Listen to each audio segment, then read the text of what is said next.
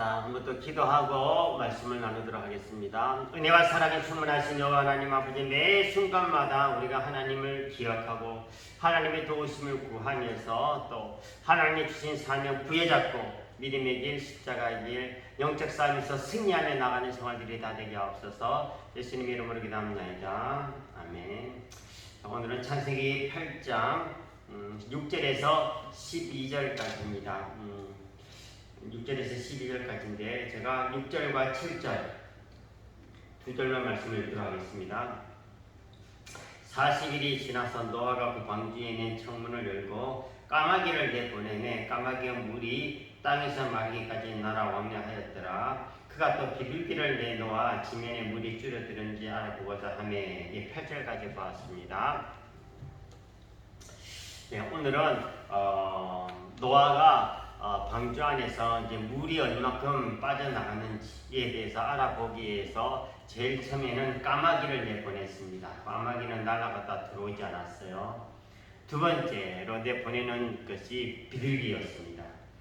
비둘기를 내보냈는데 그가 비둘기 한 마리를 내어놓아 지면에 물이 강한 여부를 알고자 하였습니다. 비둘기는 본의 아니게 자기는 비둘기는 방주에 계속 있고 싶었을지도 모르겠습니다. 하지만 본의 아니게 노아에 의해서 방주를 떠나게 되어졌습니다. 그러나 비둘기는 날아다니다가 발붙일 곳을 찾지 못했습니다. 까마귀와 비둘기는 영적으로 무엇을 가리키냐면 까마귀는 육적 그리스도인입니다. 육적 그리스도인. 나가서 돌아오지 않았어요. 육적 그리스도인. 거기에 비해서 비둘기는 영적 그리스도인에 해당됩니다.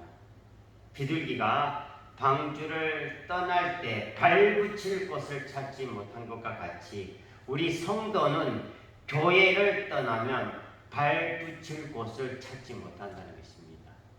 이 세상에 교회와 똑같은 다른 공동체가 없어요. 믿음의 공동체는 하나님이 세우신 믿음의 공동체는 교회밖에 없어요. 교회와 비슷한 곳은 이단, 비슷한 곳은 많이 있어요. 그러나 참된 하나님의 나라를 이루기 위한 참된 교회는 세우신 교회는 없다는 것입니다. 우리 교회 방주밖에 없다는 것, 교회밖에 없다는 것입니다. 이 세상이나 이 세상에 있는 것들을 사랑하지 말라. 누구든지 세상을 사랑하면 아버지의 사랑이 그 속에 있지 아니하다 그랬습니다. 세상을 사랑하면 하나님의 사랑이 그 속에 없다고 했어요. 우리가 세상 사랑하면 하나님의 사랑은 내 마음에 없다는 것입니다. 그러므로 누구든지 세상을 사랑하지 마라. 세상을 사랑하지 말고 세상 정신을 본받지 말고 세상 습관 익히지 말고 세상적인 갈채를 바라지 말고 오로지 교회만을 사모하고 교회 중심으로 생활을 해야 한다는 것입니다. 우리 성도의 심령의 안식처와 요람이 어디입니까? 우리 성도의 안식처, 교회입니다. 첫 번째로 당시에 노아 홍수 시대 그 물은 무엇을 의미합니까? 하나님의 심판의 징계 책찍이었죠. 물은 세상에는 하나님의 심판이 임하고 있는 것이다 라는 것입니다. 하나님의 진노하시는 심판은 악한 자를 찾아서 징벌하는 것이죠. 그뿐만 아니라 악한 자를 악한 그대로 그냥 내버려 두는 것도 징계예요. 방관해 버리는 것이죠. 오늘날 세상은 이와 같이 진노의 홍수가 가득 차 있는 것입니다. 그래서 이 시대를 바라보면서 우리가 하나님이 예언하신 하나님이 정하신 마지막 때가 임박했음을 깨달아야 됩니다. 두 번째로 흙탕물입니다. 흙탕물은 죄악을 상징하는 것입니다.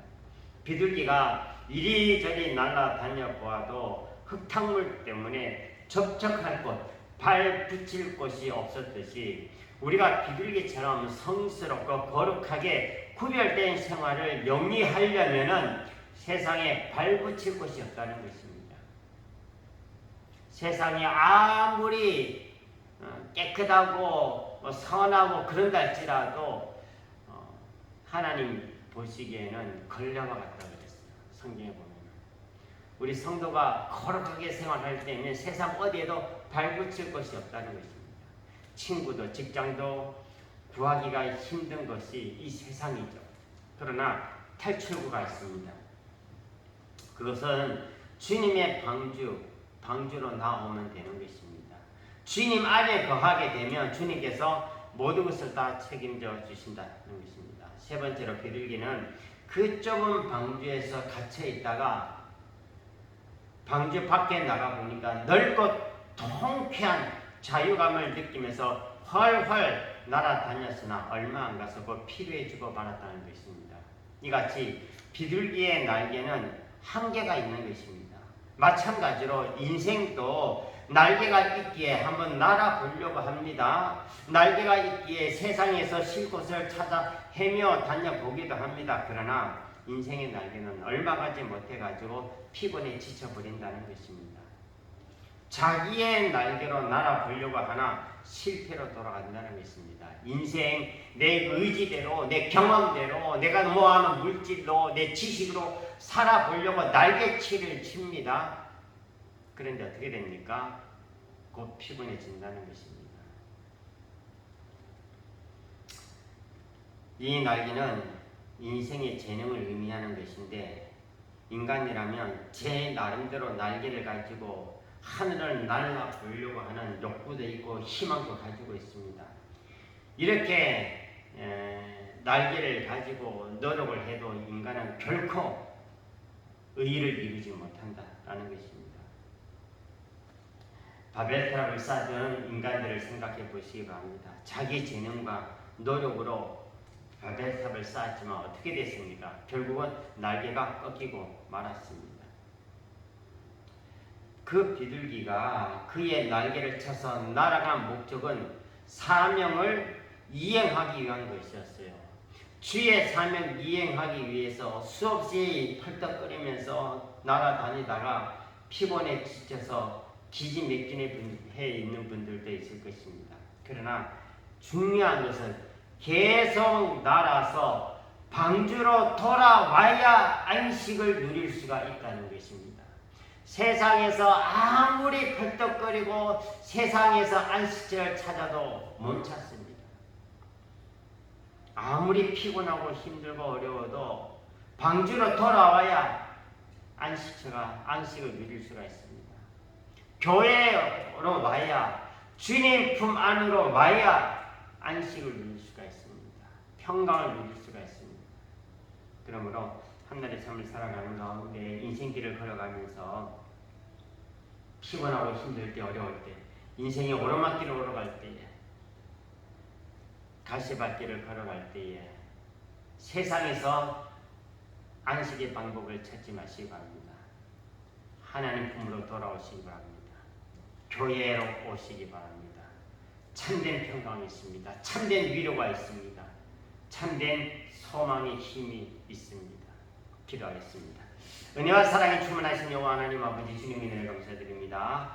비둘기가 자기 날개로 세상을 날아다니다가 방주로 돌아와서 안식을 찾았듯이 우리도 이 생활의 삶 가운데서 여러 가지로 힘쓰고 애쓰고 노력하다가 그렇게 또 살아가지만 또 주님의 품에 또 교회 안에서 참된 위로와 소망과 힘과 안식을 누릴 수 있음을 믿고 교회를 떠나지 않냐고 주의 품을 떠나지 않냐고 항상 주의 품 안에 거하는 교회 중심의 삶을 살아가는 성도의 생활이 되게 하옵소서. 예수님 이름으로 기도합니다. 아멘.